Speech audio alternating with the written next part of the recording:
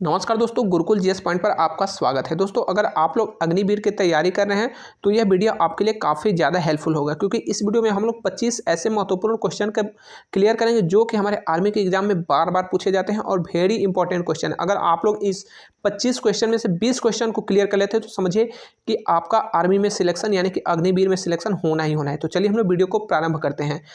पहला प्रश्न है कि वायुसेना का हेडक्वार्टर कहाँ है, यानी कि वायुसेना का जो मुख्यालय है वह है नई दिल्ली। दोस्तों, अगर तीनों सेनाओं का हेडक्वार्टर पूछेगा तो नई दिल्ली ही होगा, चाहे आपका आर्मी का हेडक्वार्टर पूछे, एयरफोर्स का हेडक्वार्टर पूछे या फिर नेवी का हेडक्वार्टर, वह जो है नई दिल्ली में ही है। नेक्स्ट आपका क्वेश्चन है कि राज्यसभा सदस्यों का कार्यकाल कितना होता है। तो राज्यसभा के जो सदस्य होते हैं इनका कार्यकाल जो है 6 वर्ष का होता है, जबकि लोकसभा के सदस्यों का कार्यकाल 5 वर्ष का होता है। उत्तराखंड की राजधानी क्या है? तो उत्तराखंड की राजधानी है देहरादून। भारत में कुल जिलों की संख्या कितनी है? तो भारत में कुल जिलों की संख्या जो है 771 है। दोस्तों, ये वेरी इंपॉर्टेंट क्वेश्चन है, क्योंकि मैं देख रहा हूँ कि आर्मी का एग्जाम हो, फिर रेलवे का एग्जाम हो या फिर एसएससी का एग्जाम हो, सब में यह क्वेश्चन जरूर से जरूर पूछ रहा है। तो भारत में कुल जिलों की संख्या कितनी है? 771। बिल्कुल ये एक्यूरेट संख्या, मैंने भी इसमें जो है काउंट किया तो 771 आता है। कहीं कहीं पे आपको जो है 773 भी जो है यह ऑप्शन में दे सकता है, लेकिन यह जो है सही नहीं है, क्योंकि जो POK है, पाक ऑक्युपाइड कश्मीर, वहां पे जो है भारत सरकार ने 2 अस्थायी जिलों का जो है निर्माण किया है, लेकिन वहां पे कोई प्रशासनिक स्ट्रक्चर नहीं है, तो इसलिए उसको जो है हम लोग उसको जिले में काउंट नहीं करते हैं। तो भारत में 771 जो है जिलों की संख्या है। नेक्स्ट आपका क्वेश्चन है कि विश्व में कुल कितने महाद्वीप है? तो विश्व में कुल महाद्वीप की संख्या 7 है। नया वित्त वर्ष कब से प्रारंभ होता है? तो नया वित्त वर्ष जो है भारत में 1 अप्रैल से प्राप्त होता है। भारत पुत्र की उपाधि किसे प्राप्त है? तो दोस्तों, भारत पुत्र की उपाधि जो है वह राजीव दीक्षित को प्राप्त है। दोस्तों, राजीव दीक्षित बहुत ही महान व्यक्तित्व के धनी थे। इनका जो है आप अगर यूट्यूब पे लेक्चर सुनेंगे, अगर इनका व्याख्यान सुनेंगे, तो इनके हर एक शब्द में जो है देश प्रेम झलकता है। जी हाँ दोस्तों, मैं जहां तक मानता हूं कि भारत का सबसे अच्छा जो देश प्रेमी व्यक्ति मैं राजीव दीक्षित जी को ही मानता हूं, क्योंकि इनका सपना था कि भारत को फिर से विश्व गुरु बनाया जाए, और अगर ये जो है इनका हत्या नहीं हुआ तो वाकई में आज जो है भारत की स्थिति बहुत ही बेहतरीन होती। अगला प्रश्न है कि 1 GB में कुल कितने MB होते हैं? तो 1 GB में कुल MB की संख्या 1024 होती है। दोस्तों, यह आपका जो है कंप्यूटर साइंस से क्वेश्चन जुड़ा हुआ है। जो कंप्यूटर साइंस से क्वेश्चन जुड़ा है, तो यह जैसे कि जो होता है ना, 1 किलोग्राम में कितना ग्राम होता है, तो 1 किलोग्राम में कितना ग्राम होता है? तो 1000 ग्राम होता है। ठीक उसी तरह से तो उसमें जो है ग्राम जो है छोटा इकाई हो गई और किलो जो है बड़ा इकाई हो गया। इसी तरह से GB जो है बड़ी इकाई है, जबकि MB छोटी इकाई है। हम लोग को मोबाइल में 1 GB डेटा मिलता है, तो 1 GB डेटा का मतलब कि 1024 MB डेटा होता है। नेक्स्ट आपका क्वेश्चन है कि INS का फुल फॉर्म क्या होता है? तो दोस्तों, ये भी वेरी इंपॉर्टेंट क्वेश्चन है, क्योंकि INS जो है आप लोग जो भी नेवी की जो शिप होती है उसमें INS Vikrant, INS Vikramaditya, INS Godavari, ये जो है INS आगे लिखा रहता है। तो ये जो है आपका डिफेंस से जुड़ा हुआ क्वेश्चन है, तो यह पूछ सकता है आपके क्वेश्चन में। तो INS का फुल फॉर्म होता है Indian navy ship. Indian navy ship, INS का मतलब कि कोई जो है समझ जाएगा कि यह इंडियन नेवी की शिप है। नेक्स्ट आपका क्वेश्चन है कि पिंक सिटी किस शहर को कहा जाता है? तो पिंक सिटी जो है जयपुर को कहा जाता है। रक्त का पीएच मान क्या होता है? तो रक्त का पीएच मान होता है 7.4। ठीक है, रक्त का पीएच मान 7.4 होता है। चिनूक हेलीकॉप्टर किस देश द्वारा निर्मित किया जाता है? तो चिनूक हेलीकॉप्टर जो है अमेरिका देश द्वारा निर्मित किया जाता है। इससे जो है भारत जो है अमेरिका से इंपोर्ट कर रहा है चिनूक हेलीकॉप्टर, जो कि काफ़ी जो है मल्टीपर्पज हेलीकॉप्टर है। इसको जो है हर मौसम में जो है उड़ाया जा सकता है और काफ़ी बेहतरीन हेलीकॉप्टर है। लेकिन जो है भारत सरकार को चाहिए कि अपने देश में ही हर हेलीकॉप्टर को जो है अपने देश में ही बनाना चाहिए। जितने भी फाइटर प्लेन हैं विदेश से मंगाना चाहिए, लेकिन उसको जो है उसका जो है रिवर्स इंजीनियरिंग करके जो है अपने देश में ही निर्माण करना चाहिए, क्योंकि इसमें जो सेंसर लगे होते हैं, जो इसमें जो है रडार वगैरह लगे रहते हैं, यह चाहे तो जो इसमें हर चीज़ जो है आजकल जो है डिजिटल हो गया, हर चीज़ जो है मान के चलिए जो कंप्यूटर से जुड़ा हुआ है, तो इसको कहीं पर भी हैक किया जा सकता है और कहीं पर इसका जो है मिसयूज भी किया जा सकता है। तो भारत सरकार को जो है स्वनिर्मित जो है हेलीकॉप्टर बनाना चाहिए और फाइटर प्लेन भी बनाने चाहिए। गांव की कार्यपालिका क्या कहलाती है? तो जो गांव की कार्यपालिका होती है उसको हम लोग ग्राम पंचायत कहते हैं। दोस्तों, जो ग्राम पंचायत है वो अलग है, जबकि ग्राम सभा अलग है। तो ग्राम सभा को गांव की विधायिका कहा जाता है, जबकि ग्राम पंचायत को गांव की कार्यपालिका कहा जाता है। वायुसेना का आदर्श वाक्य क्या है? तो दोस्तों, वायुसेना का जो आदर्श वाक्य है यह जो है नभः स्पर्श दीप्तम, नभः स्पर्श दीप्तम। ठीक है, ये जो है सेनाओं के आदर्श वाक्य हमारे चैनल पे उपलब्ध वीडियो है, आप लोग इसको देख लीजिएगा, क्योंकि 1 नंबर का क्वेश्चन पूछता है कि सेनाओं के आदर्श वाक्य क्या है। तो आर्मी का, नेवी का, BSF का, SSB का, ITBP का, NSG का। तो इस तरह से आप अगर याद करे रहेंगे पहले से, तो जो है आपका क्वेश्चन 1 नंबर का नहीं पूछेगा। तो एयरफोर्स का आदर्श वाक्य है नभः स्पर्श दीप्तम।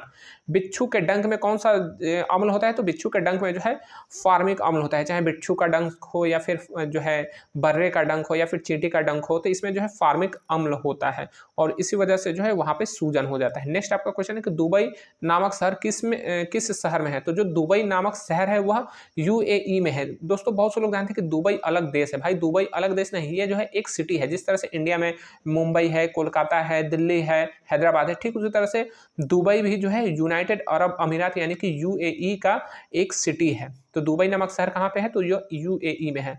थल सेना का पूर्वी कमान कहाँ है? तो दोस्तों थल सेना यानी कि आर्मी का जो ईस्ट कमांड है यह जो है कोलकाता में है।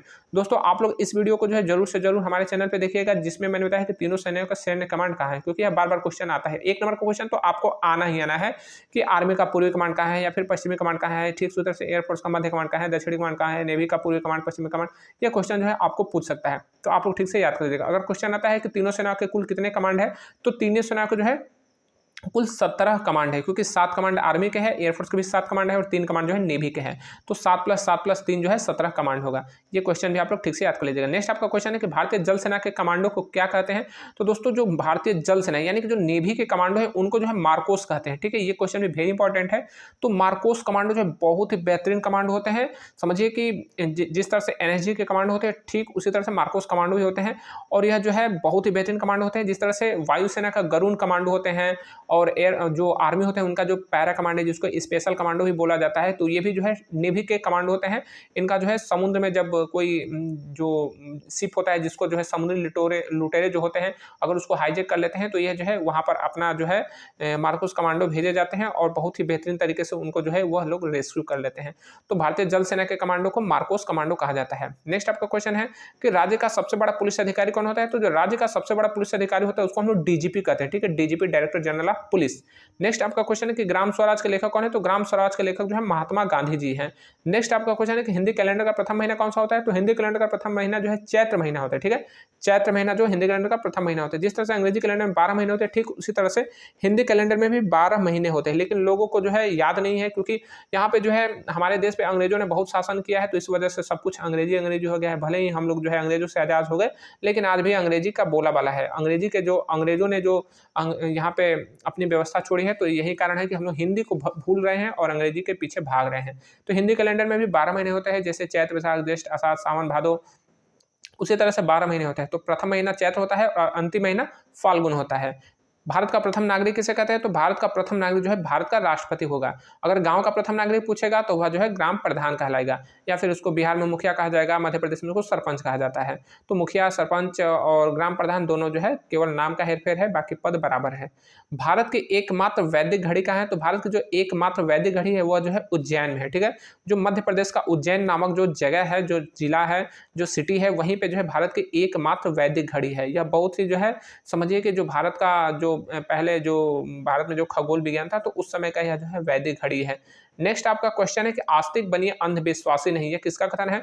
तो दोस्तों यह जो है आर्य समाज के संस्थापक दयानंद सरस्वती जी का कथन है और बहुत ही बेहतरीन कथन है। आस्तिक बनिए लेकिन अंधविश्वासी नहीं, यानी कि आप ईश्वर में विश्वास कीजिए लेकिन अंधविश्वास मत कीजिए कि आपको कोई कह दे कि वह व्यक्ति जो है उड़ने लगा तो आप ये मत सोचिए कि वह व्यक्ति उड़ जाएगा। भाई पंछी को छोड़कर इंसान कहीं उड़ा नहीं है, तो आप अंधविश्वासी मत बनिए। लेकिन आज के समय में बहुत ज़्यादा लोग अंधविश्वासी बने हैं, जैसे जो लोग कह दे रहे हैं उसी के पीछे भाग रहे हैं। नेक्स्ट आपका क्वेश्चन है कि मतदाता बनने की न्यूनतम उम्र क्या है? तो जो दोस्तों हमारे देश में जो वोटर बनने की न्यूनतम उम्र है वह 18 वर्ष है। दोस्तों 1989 से पहले जो है वोटर की मिनिमम उम्र क्या थी? 21 वर्ष थी, ठीक है। 21 वर्ष से नीचे का व्यक्ति वोटर नहीं था। लेकिन 1988 में जब 61वां संविधान संशोधन किया गया, तो फिर जो है 1989 में जब नेक्स्ट जो चुनाव हुए, तो उसमें जो है मतदाता की उम्र जो है 18 वर्ष हो गई। यानी कि जब 18 वर्ष का कोई भी व्यक्ति था उसका वोटर कार्ड बन जाता था और वह जो है वोट कर सकता था, जो कि बहुत ही बेकार था। क्योंकि 21 वर्ष और 18 वर्ष में क्या कोई आप लोग देख रहे हैं ग्राउंड पे कि कोई कितना जो है समझदार है 18 वर्ष की उम्र में, 19 और 21 वर्ष की उम्र में, ये बहुत बेकार है। वोटर की उम्र जो है बढ़ाना चाहिए, ताकि जब वोटर जो विवेक होगा उसके पास अनुभव होगा, शिक्षित होगा, तो वह जो है सही से अपना वोट करेगा। बाकी जो पार्टी के नेता है वो तो चाहते हैं कि 15 वर्ष पे ही लोग वोटर बन जाए, ताकि उनको जो है कुछ पैसा रुपया देके जो है उनको गुमराह कर दिया जाए। तो यह बहुत ही बेकार स्थिति है। 18 वर्ष से ऊपर होना चाहिए, कम से कम 25 वर्ष वोटर की होना चाहिए। धरती पर खींची जाने वाली सबसे लंबी रेखा का क्या नाम है? तो धरती पर खींची जाने वाली सबसे लंबी रेखा का नाम है विषुवत रेखा। होगा। थल सेना दिवस कब मनाया जाता है? तो दोस्तों आर्मी डे मनाया जाता है 15 जनवरी को। जल सेना दिवस कब मनाया जाता है? तो जो है 4 दिसंबर को, जबकि वायु सेना दिवस जो है 8 अक्टूबर को मनाया जाता है। ठीक है, तो आप लोग ठीक से याद कर लीजिएगा। ठीक है, इसका सूत्र है, आप लोग ऐसे याद कर सकते हैं 1584 यानी कि 15 को जो है जनवरी पहले आ रहा है तो 15 जनवरी को थल सेना, और अक्टूबर बाद में आ रहा है तो 8 अक्टूबर को जो है वायु सेना, और दिसंबर सबसे लास्ट में आ रहा है तो 4 दिसंबर को जो है जल सेना, तो 1584।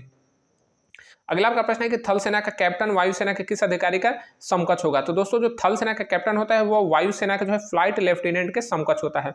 दोस्तों आप लोग इसी चैनल पे हमारे इस वीडियो को देखेंगे तो आपको पता चलेगा कि जो है तीनों सेनाओं के समकक्ष पद जो है मैंने वीडियो बनाया है उसमें आपको बताया है कि थल सेना का जो है कमीशन जो अधिकारी हैं इनके किस तरह से क्रम है, जल सेना के जो कमीशन जो अधिकारी इनका क्या क्रम है, और वायुसेना के भी कमीशन अधिकारी इनका क्या क्रम है। जैसे होता है ना कि जो आर्मी है वो सबसे बड़ा जो अधिकारी कौन होगा? तो जनरल होगा। एयरफोर्स का सबसे बड़ा अधिकारी एयर चीफ मार्शल होगा, एडमिरल होगा नेवी का। ठीक उसी तरह से नीचे से भी होता है कि जो मेजर होता है या फिर कैप्टन होता है, फिर लेफ्टिनेंट। तो लेफ्टिनेंट से स्टार्ट होता है आर्मी में, और लेफ्टिनेंट से ऊपर जो है वह कैप्टन होता है, उसके बाद मेजर होता है। तो ठीक उसी तरह से एयरफोर्स में भी जो है आपका ये फ्लाइंग ऑफिसर होता है, उसके बाद जो है फ्लाइट लेफ्टिनेंट होता है। ठीक उसी तरह से नेवी में भी होता है। ठीक है, तो आप लोग हमारे इस वीडियो को देखेंगे इसी चैनल पर तो आपको सही से जानकारी मिल जाएगी और आपका 1 नंबर का क्वेश्चन नहीं फंसे, क्योंकि 1 नंबर का क्वेश्चन ये तो पूछता ही है। मैंने भी कई एग्जाम दिए तो उसमें जो है ये क्वेश्चन बार बार आता है कि थल सेना का कैप्टन वायुसेना के किस अधिकारी के समकक्ष होगा, या फिर थल सेना का जो जनरल है वह एयरफोर्स के किस अधिकारी के समकक्ष होगा। तो आप लोग ठीक से इसको याद कर लीजिएगा। अगला आपका प्रश्न है कि देश का प्रथम नागरिक किसे कहते हैं? ठीक है, तो हमें कमेंट बॉक्स में बताइएगा कि देश का प्रथम नागरिक किसे कहते हैं। मिलेंगे अगले वीडियो में, तब तक के लिए जय हिंद।